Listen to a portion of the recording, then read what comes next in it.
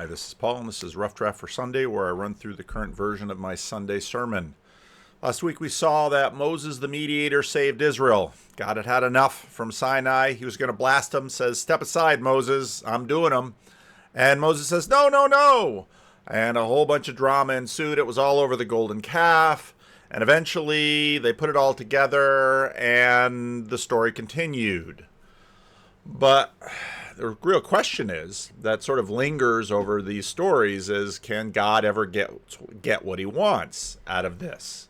And in some ways I liken it, as I did last week, to sort of being married to a functional addict. Now a functional addict is not the one who is lying on the gutter in the street.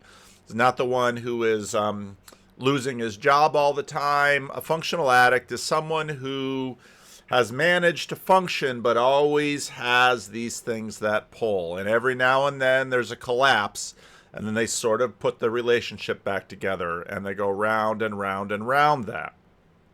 Now, in the relationship between God and Israel, the prophets of Israel sometimes relate God and Israel like a husband and a wife.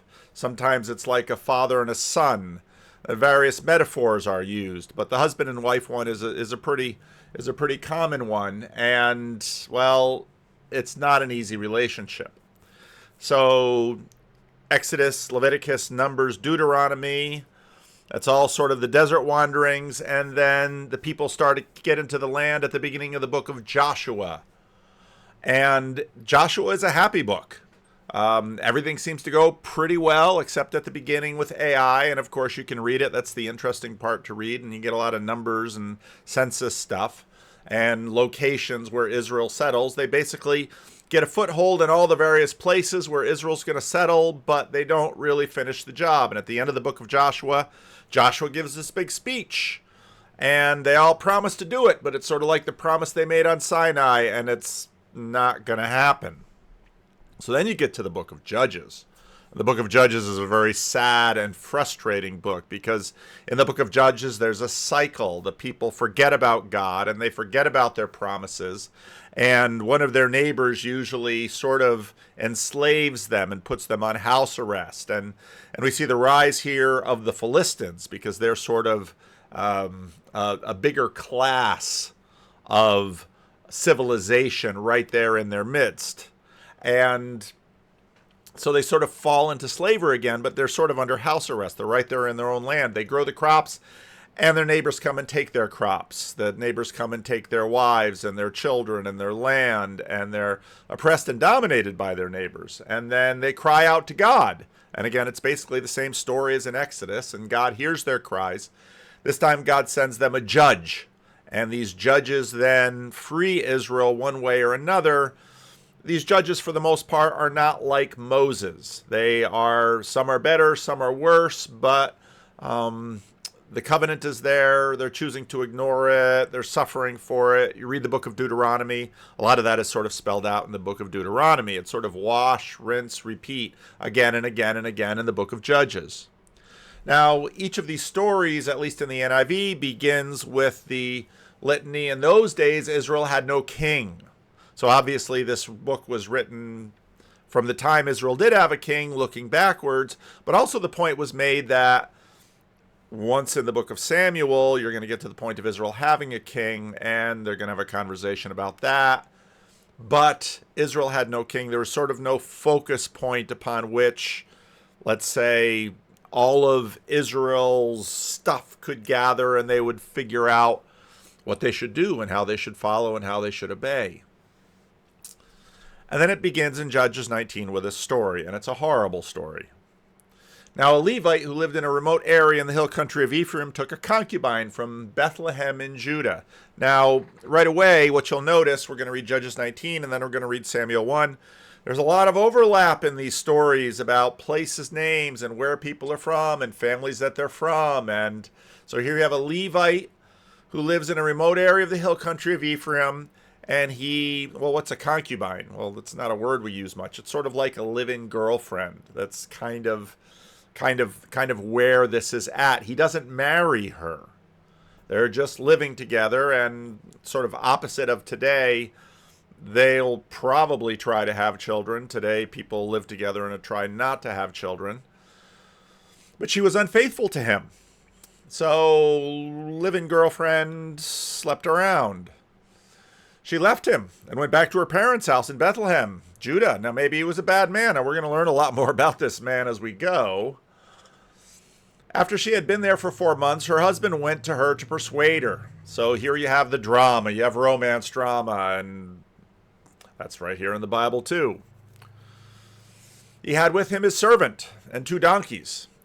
And she took him into her parents' house, and when her father saw him, he gladly welcomed him, which is what you're supposed to do. I'm going to skip some verses here where they sort of stay and stay and stay. Then when the man with his concubine and his servants got up to leave, so she's going to go back with him, his father-in-law, the woman's father, said, "Now look, it's almost evening. Spend the night here. The day is nearly over. Stay and enjoy yourself. Early morning, you can get up and be on your way." But this has sort of dragged on for a while. But unwilling to stay another night, the man left and went towards Gibeah. That is the city that would become Jerusalem. The Jebusites lived there. David hadn't conquered it yet. Because remember back in the book of Joshua, Israel was sort of placed in different places of the land, but they hadn't cleared out the land. And the Lord said, if you don't clear out the land, these other people around are going to be a problem. And they were. So, with his 2 saddled donkeys and his concubine, when they were near Jebus, and the day was almost done, the servant said to his master, "Come, let us stop at the city of the Jebusites and spend the night," because you don't want to sleep out there in the open country. But they're Jebusites. They're not Israelites. And we're not clear exactly what the servant is from, but the Levite doesn't think this is a good idea. His master replied, "No, we won't go to any city whose people are not Israelites. We will go to Gibeah." Now, it's important to remember Gibeah if you read further in the book of Samuel, because that's where Saul's from. "Come, let us reach Gibeah or Ramah." Ramah is where Samuel is going to spend the first part of his life, and spend the night in one of those places. So they went on, and the sun set as they reached Gibeah in Benjamin. There they stopped to spend the night.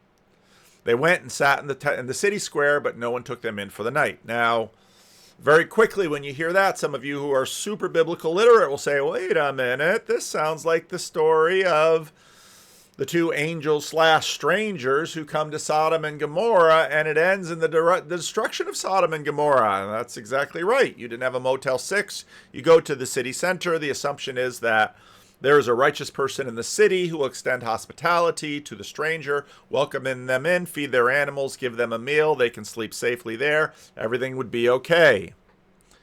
Here they go to Gibeah in Israel. Israel is supposed to be the messenger of God to show the whole world how the world should be. And here on this point of basic hospitality, Israel is not performing.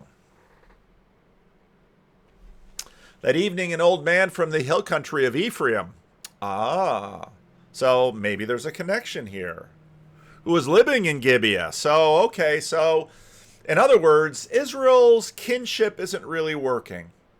And so now here's someone who's from the same area, and maybe they recognize each other, and okay, well, come on.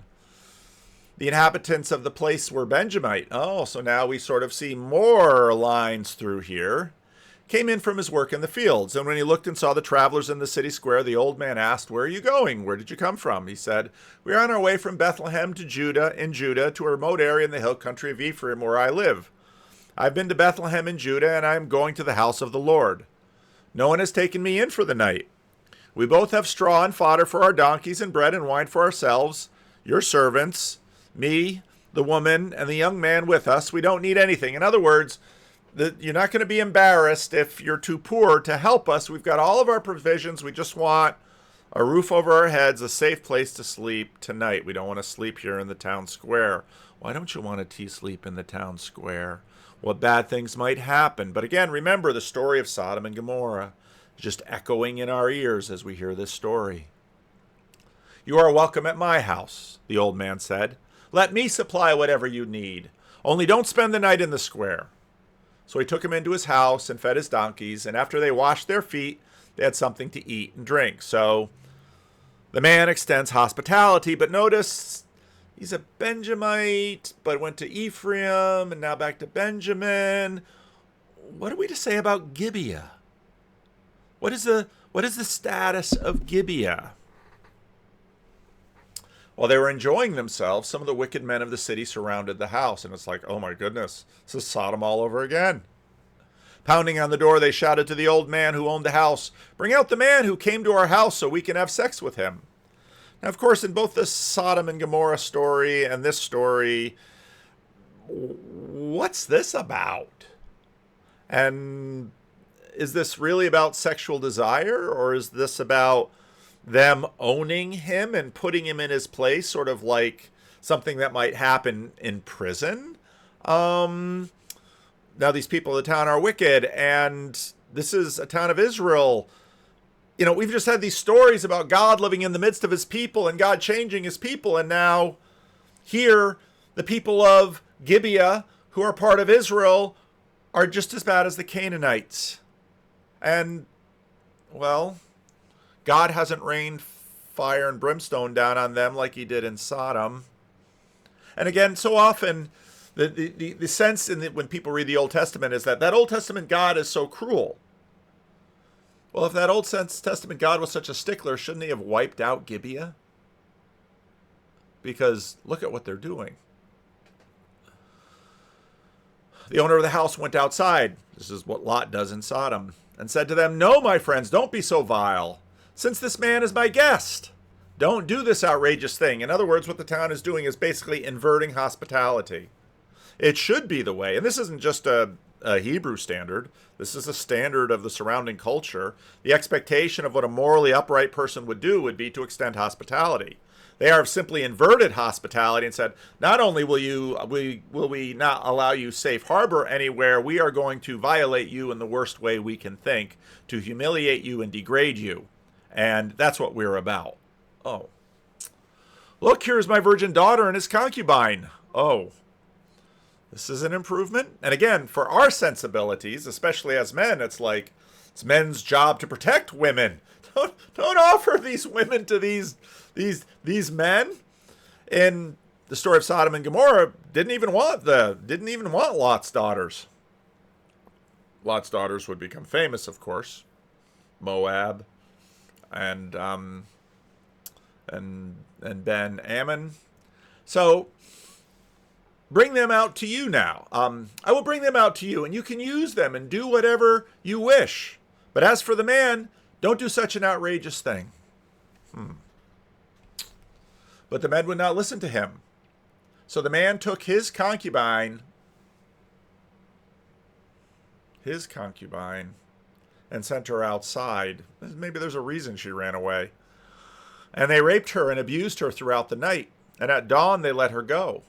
At daybreak the woman went back to the house where the master was staying, fell down at the door, and lay there until morning.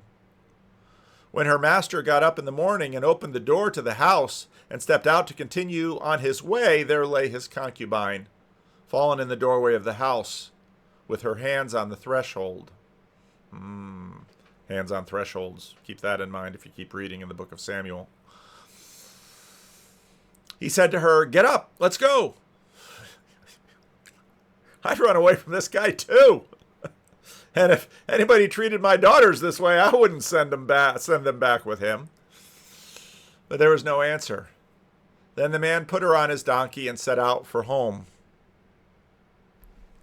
When he reached home, he took a knife and cut up his concubine, limb by limb, into 12 parts and sent them into all the areas of Israel.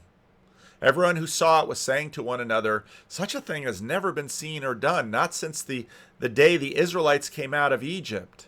Just imagine. We must do something, so speak up."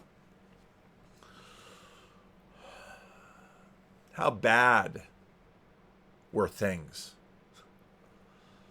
This is really bad. This is really bad on so many levels.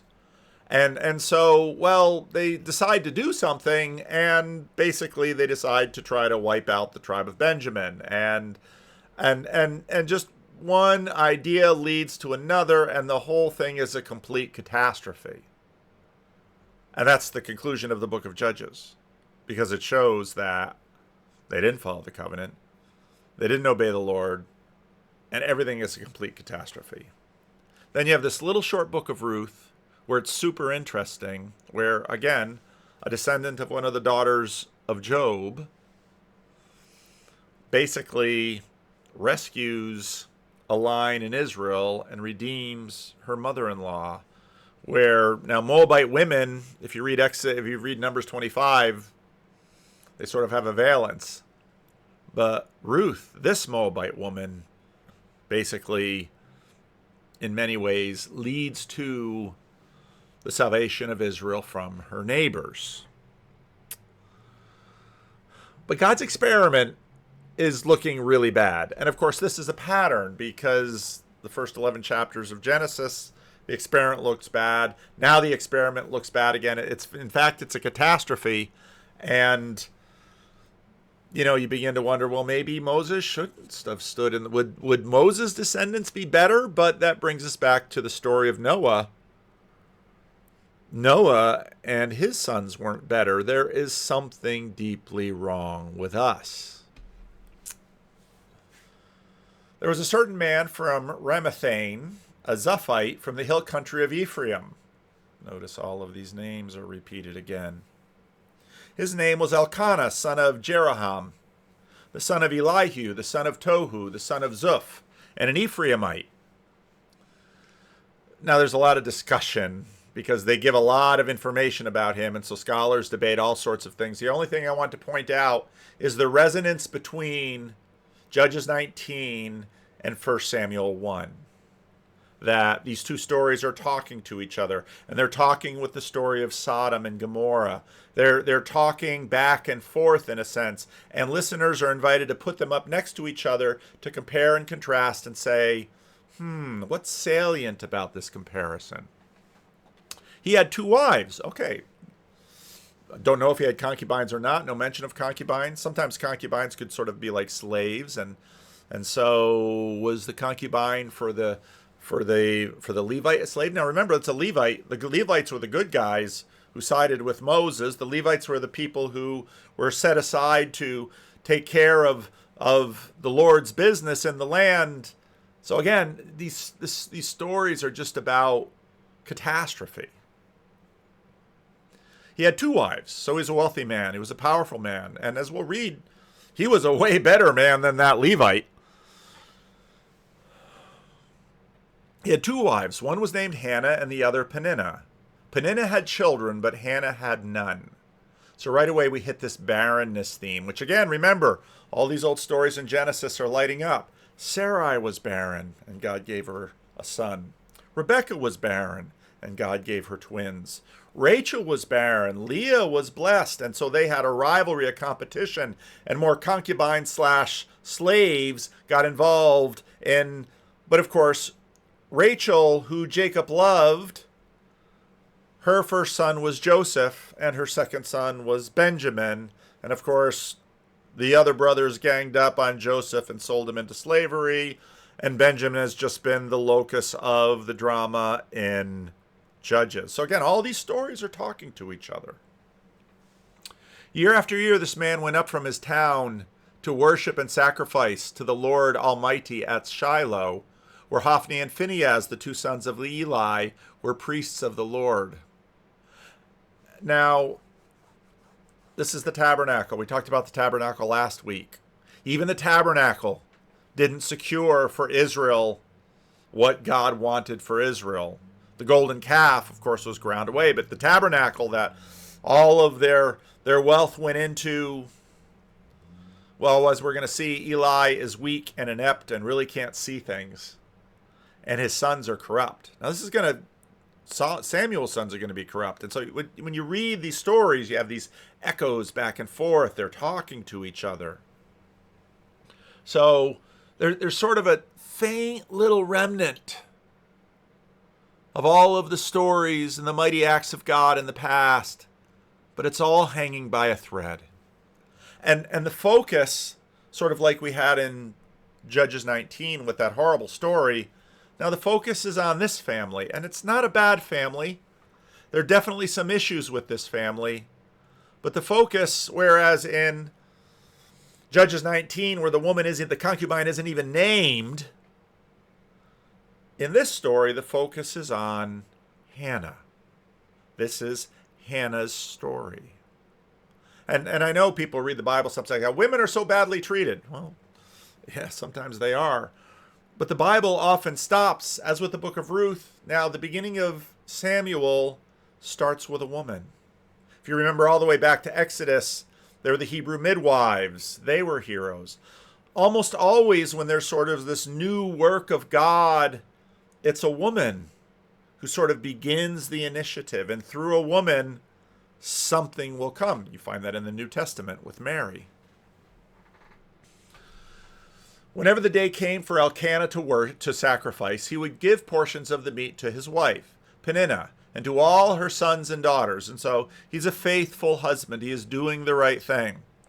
But to Hannah he gave a double portion because he loved her, and the Lord had closed her womb. So right here already you see this mercy. He sees, he loves his wife.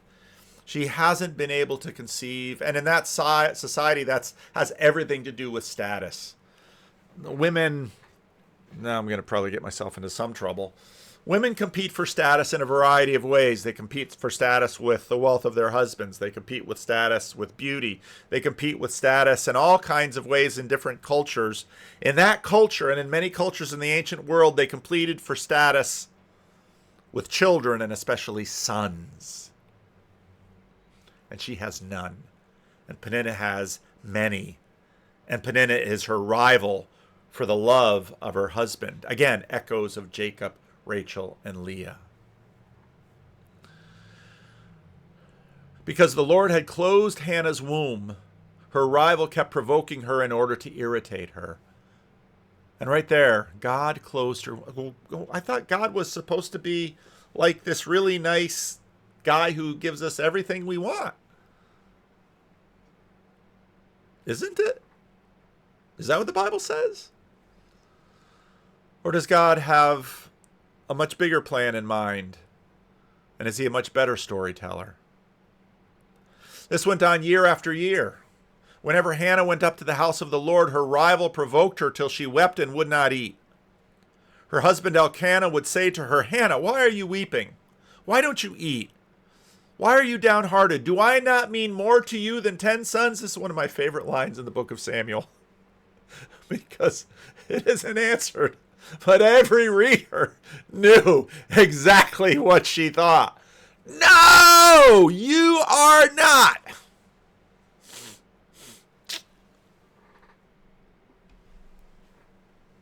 Once they had finished eating and drinking in Shiloh, Hannah stood up. And Hannah probably hit the wine harder. Not too hard.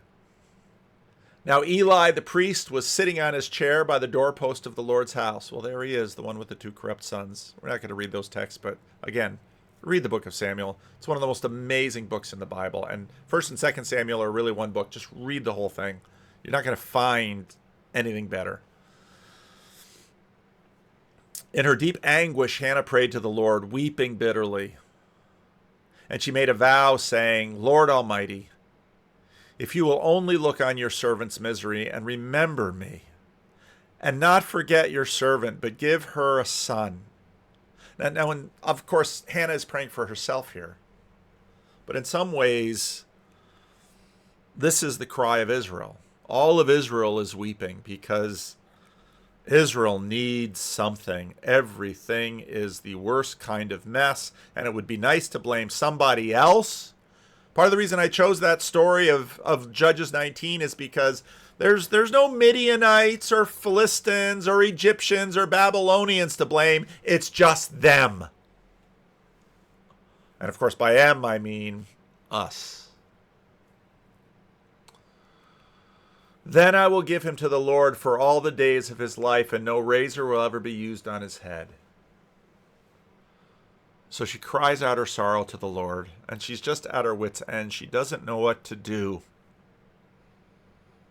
And so she makes a vow, and it's a big vow. She makes a vow for her son, one that he's going to have to keep. And she says, please, please. Now, a lot of debate over the Nazirite vow, etc., etc., but the point is Samuel will be set apart. Oops, spoiler. She kept praying on the Lord. Eli observed her mouth. Now, as we begin to get to know Eli, he doesn't see well. He doesn't understand. But he's got a good heart. He's inept. Again, Israel is hanging by a thread. Hannah was praying in her heart, and her lips were moving, but her voice was not heard. Eli thought she was drunk. Everybody had been feasting.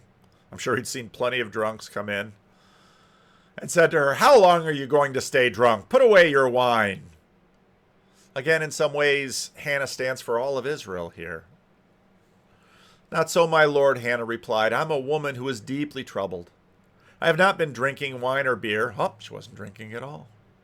"I've been pouring out my soul to the Lord. Do not take your servant for a wicked woman. I've been praying here out of my great anguish and grief." Eli, who doesn't see so well, but he's a good man. He listens to her. He actually listens to her. Eli answered, "Go in peace, and may the God of Israel grant you what you have asked for." She said, "May your servant find favor in your eyes." Then she went on her way, ate something, and her face was no longer downcast. And that's the way it is. You pour out your heart to God, and you take it to the bottom and you pour it all out. And then even just a word from a priest who doesn't see very well. And just a little bit of faith, a little bit of trust. Just the one simple word from Eli, this not very good priest. And okay, I can eat, I can live, I can go on. Early the next morning they arose and worshipped before the Lord, and they went back to their home in Ramah. Ding, ding, ding, ding. Elkanah made love to his wife Hannah, and the Lord remembered her. God remembered Noah. It's always God remembered. What does that mean? Does God forget? No, it's just colloquial for saying God answered her prayers. God heard her voice. So in the course of time, Hannah became pregnant and gave birth to a son. She named him Samuel, saying, "Because I asked the Lord for him." When her husband Elkanah went up with all of his family to offer the annual sacrifice to the Lord and fulfill his vow, Hannah did not go.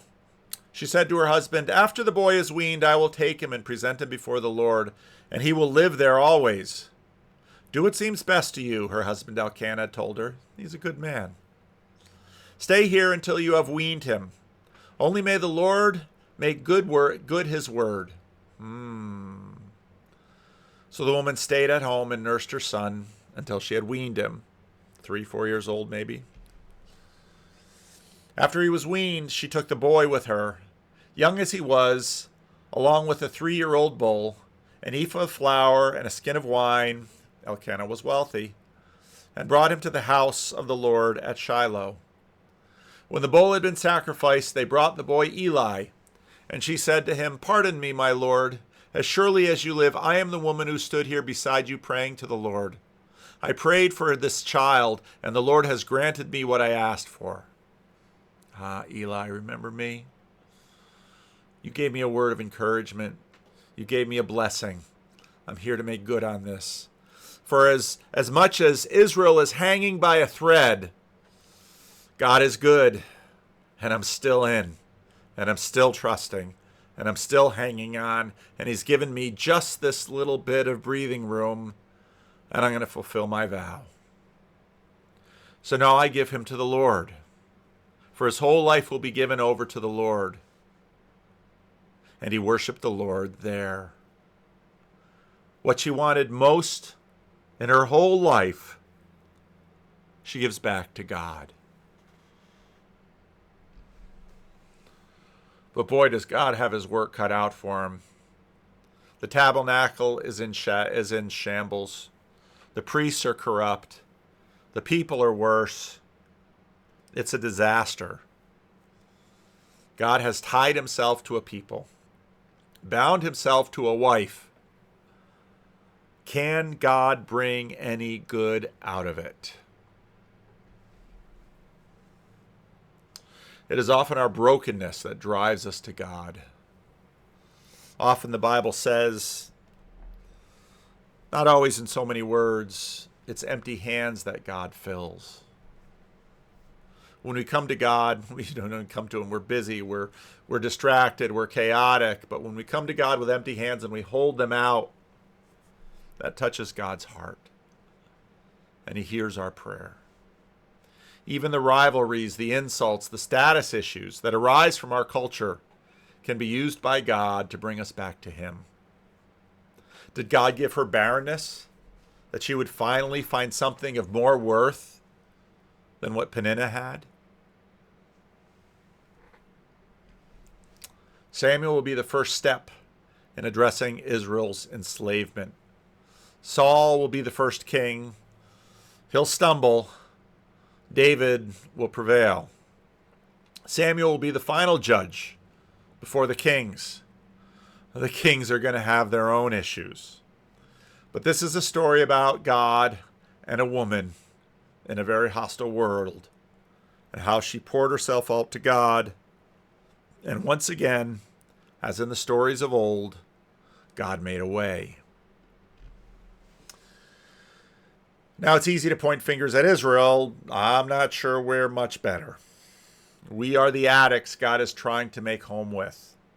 And if you're going to try to make a home with an addict, you're going to have a rough time of it. They steal, they lie, they'll clean you out, they'll bring chaos. God somehow stays in the relationship, and He's waiting to see who will stay in the relationship with Him. Last week we talked about needing a new heart, and that's still there. Just when things get darkest, God always sneaks in some new hope, usually through some suffering, usually through some frustration. And again, I don't say these words lightly, because I know that some of you have things you've been hanging on your whole life, and God hasn't shown up. And I know some of you live in very difficult spaces. You live in difficult situations, and you just know. And you pour your heart out to God, and you wait Him to show up. And I think these stories are for us. We wait for Him to show up. What must the not quite righteous enough do? Well, I think a lot like Hannah. Sometimes people approach the Bible with, these are our moral examples. Yeah, sometimes. In this case, Hannah is a good example. She's not a perfect example. Moses can be a good example. He's not a perfect example, but Hannah at least knew the right thing to do. Don't forget, in Gethsemane, what does Jesus do? Hannah is a hero, more than Eli, more than Elkanah. Even though they play supporting roles, they're not bad men. They're not like the Levi in Judges 19. They're not bad men. Hannah knows where to turn with her sorrows. Hannah works hard not to let God off the hook and doesn't just storm away, giving up on the relationship. Even her reward is costly. When she receives it, she gives it back to God. Through her costly sacrifice, however, God's mission is going to move forward. And we'll meet David next week.